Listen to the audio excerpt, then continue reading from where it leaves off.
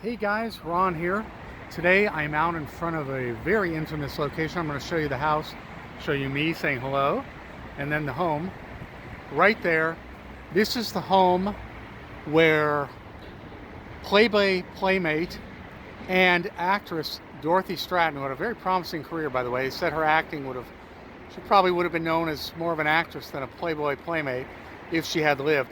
This is the home where she was killed by her estranged husband, Paul Snider, and he was killed as well because it was a murder-suicide. Snider put a shotgun to her head, killed her after raping her, gruesome, and then killed himself.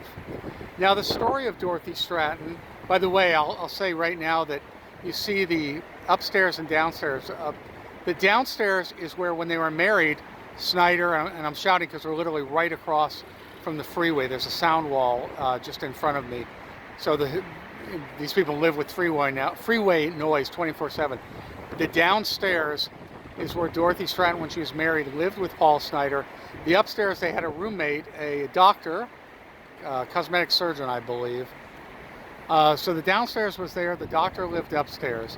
Anyway, the story of Dorothy Stratten is a very unusual story as far as, let's take Playboy aspect of it. Dorothy Stratten was 18 at the time when she was, well, actually, right, 17, and I believe just turned 18. Let me back up there.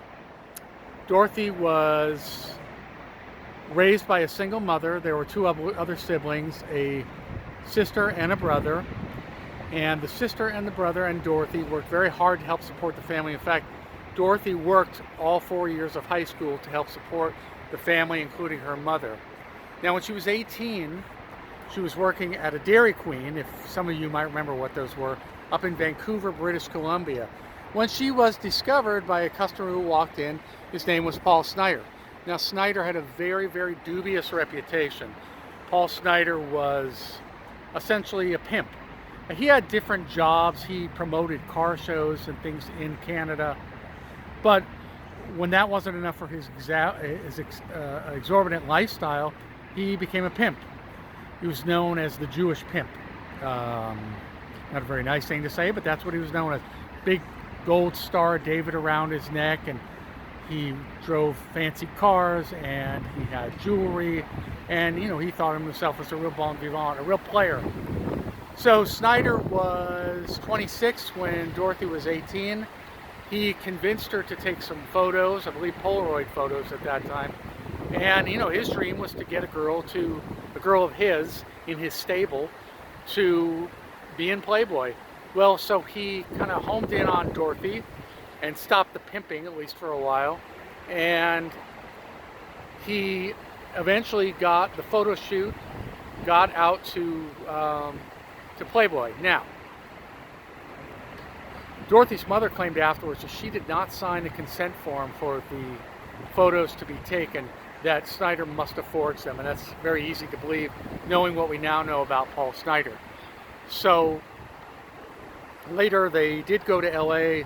Dorothy had photos taken of her, and she became very successful very quickly. Hugh Hefner took a real shine to her. He did obviously to all the girls, but she was very special.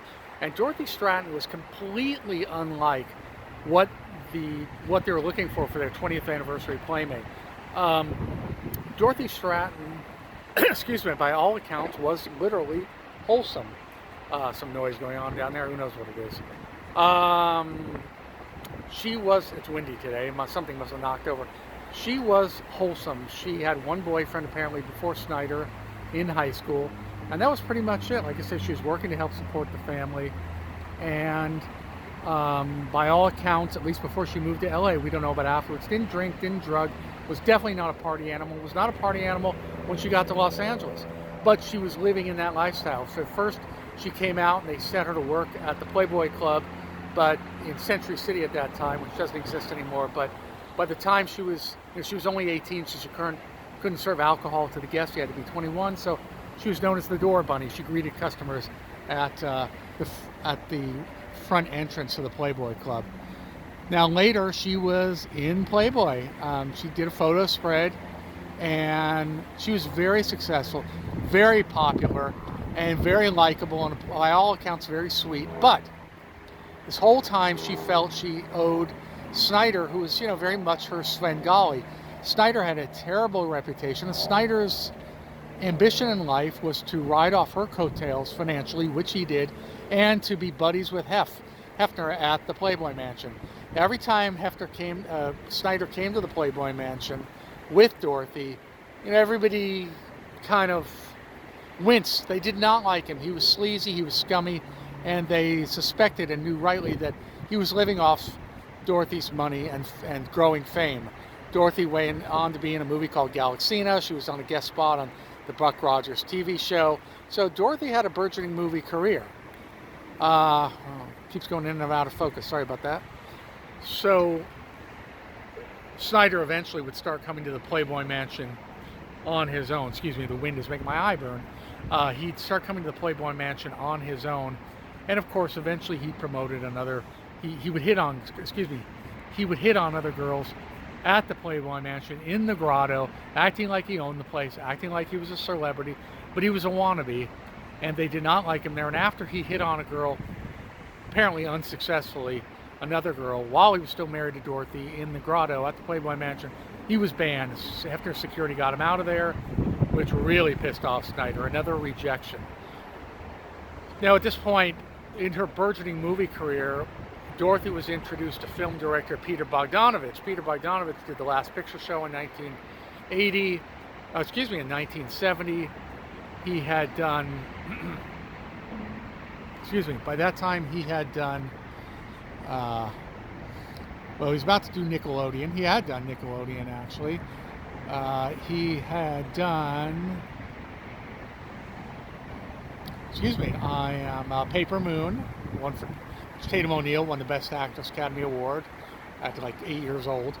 Anyway, so Peter Bogdanovich was a new up-and-coming hot director, young guy. He'd already ended a relationship with actress Sybil Shepherd, who went on to be in Moonlighting and films. Anyway, so Bogdanovich had a casting call with Dorothy Stratten, fell head over heels with her, as he was wont to do for beautiful blondes. And then they started an affair. Now, there's some discrepancy as to whether the affair started before they were involved in a film together or after. Bogdanovich actually wrote a film called They All Laughed, which came out in 1981. John Ritter was in it, Audrey Hepburn. He wrote a part for Dorothy. So Dorothy was in that film. And when they went to film in New York together, when the crew went to New York to shoot the picture, Snyder and Dorothy were involved. Again, they might have been involved before they started shooting the picture. There's just some discrepancy. I've heard different things. Snyder said, I keep saying Snyder. God, Bogdanovich says yes, others say no. But by all accounts, by the time that Dorothy was in the middle or ending filming with Bogdanovich, boy, I'm just really stuck on that one. There was an affair was going on, and Paul Snyder, Dorothy's still husband, was aware of the affair. So Snyder basically went crazy, started stalking her, hired a detective. Once filming resumed in Los Angeles, when Snyder and Dorothy and company returned to LA, Dorothy moved out of this house and in with Peter Bogdanovich, I believe in Beverly Hills. At that time, Snyder obviously was going crazy. Like I said, beginning to stalk her. He actually borrowed a gun and stood outside, which Snyder didn't know about till afterwards, which Bogdanovich didn't know about afterwards. Snyder borrowed a gun and waited outside the gates of Bogdanovich's house in the hills. He didn't do anything, but he was out there, and Bogdanovich found out about it later. Then finally, once they were separated, but not divorced as of yet, Snyder was quick to find another girlfriend. He moved the girlfriend into this home. He was trying to promote her to Playboy. So at this point now, the three of them lived there. Snyder, his new girlfriend, and the doctor living downstairs. Doctor had a girlfriend, so she was there sometimes, and Snyder and his new girlfriend upstairs. So one day, August the 14th, 1980, by the way, You may have heard this story in the movie Star 80, which I believe came out in 1984, starring Mariel Hemingway as Dorothy Stratten and Eric Roberts in a fantastic performance as Paul Snider. This is the house, by the way. They actually used the exterior of this home, the real home that we see behind us today, in the filming of the movie. So, on August the 14th, Bogdanovich was working on editing the movie. They all laughed that they had shot in New York. Dorothy said she was going out shopping and to do some errands. She did not tell Bogdanovich she was coming here to meet Snider. Snider got rid of his girlfriend for that day. The roommate doctor had spent the night at his girlfriend's home and wasn't home yet. And Snider wanted to be alone with Dorothy. Now, we know that Dorothy still felt obligated to Snider in some way, quote unquote, discovering her. They had been married. They were still married even though separated. She was in a serious relationship with Bogdanovich and probably would have gotten married by all accounts based on what Bogdanovich says and Dorothy's friends say. But Dorothy did feel indebted to Snider even to the end. So presumably she came to the house this day to make some sort of a financial settlement with Paul Snider and hopefully convince him that the relationship was over. So the house was empty. Dorothy and Paul came. Now, coincidentally, there was a private investigator that was supposed to be checking up on Paul Snider, and he was ringing the house after 2 o'clock in the afternoon, got no answer, but did not go over, at least not immediately. So what happened was that the roommate came home eventually. Snider's new girlfriend came home. They went upstairs. Why they bypassed it downstairs, I'm not exactly sure, but according to them, they went upstairs, watched TV, hung out, and eventually they said, gee, we should really check on Paul. We suspect he and Dorothy are in there. Maybe they're reconciling. Maybe the girlfriend was itching to find out what was happening. And when they went upstairs, they found the gruesome scene, or as the roommate doctor said, it was like a horror movie with mannequins, blood everywhere. Dorothy was strapped to a makeshift sex machine, for lack of a better term, that Paul had made. Paul had blown his brains out after he had killed Dorothy. A horrible, horrible scene. So this is where it happened. And Peter Bogdanovich, the director, went on to write a book, which I also have, called The Killing of the Unicorn, about their relationship. His relationship with Hugh Hefner, which was pretty close before that, because Bogdanovich was known to hang out at the Playboy Mansion frequently, as many actors, directors, producers, writers, and other celebrities did. Their relationship was never the same. In fact, I believe they've had no relationship since that day in 1980. Bogdanovich pretty clearly blames Playboy, the magazine, the corporation, and the lifestyle on Dorothy's death. And Hugh Hefner said, he's since passed, that what killed Dorothy was her association with Paul Snider, her psychopath, murdering husband. Had nothing to do with Playboy. So there's a difference of opinion there in articles and in books. They kind of attack each other, Bogdanovich and Hefner, or the late Hugh Hefner. So it really affected a lot of people, and this is exactly where it happened in West LA.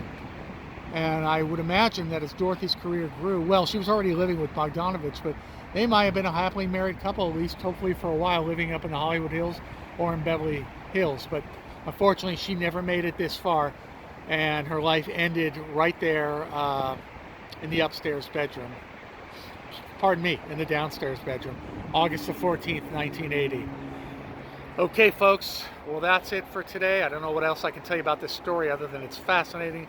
Feel free to research it yourself. Star 80 is the film that came out in 1984, all about this.